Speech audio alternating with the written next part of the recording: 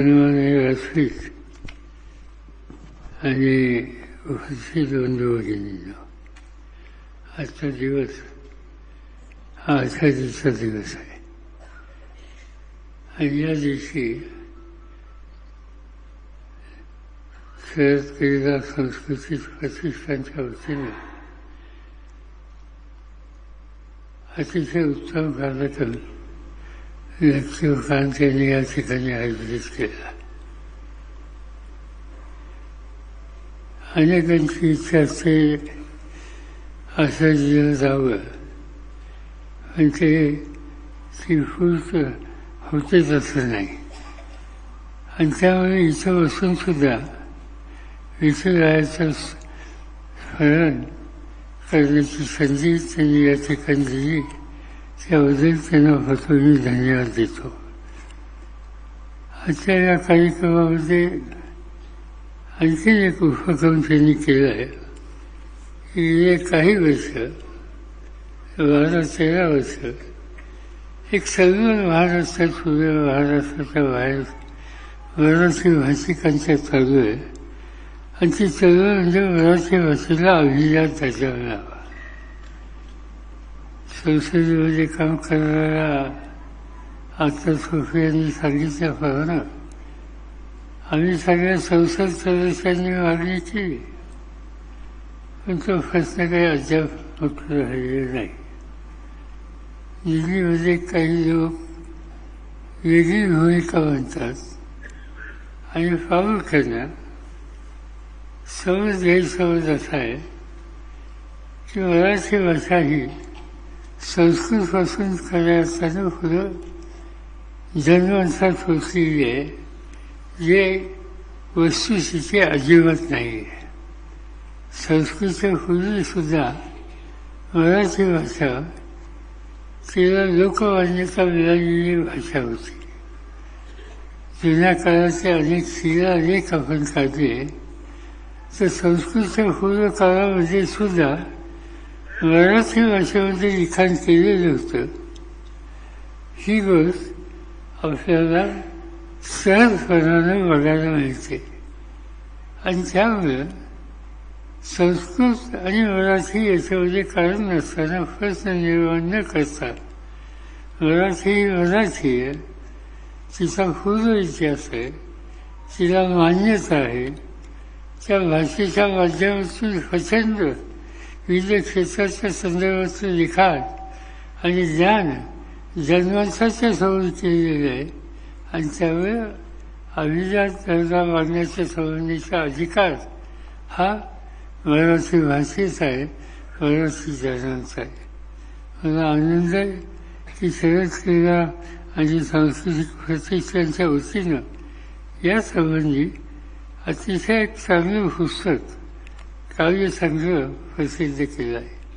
याच्यामध्ये जवळपास 600 कवींनी मराठी भाषा आणि अभिजात स्वरूप मान्य करण्याच्या बद्दलचा आग्रह याच्यावर 600 कविता आलेल्या आहेत आणि त्याच्या 200 कविता आज या ठिकाणी आलेल्या आहेत.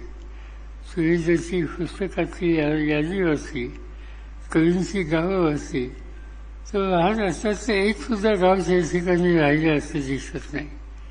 कदाचित एक दिसतंय पण तो अपवाद आहे आणि ते गाव म्हणजे बारामती. तर बारामती इथं का राहिली असं कोणी विचारू शकतं. अनेक कवी अनेक ठिकाणचे आहेत.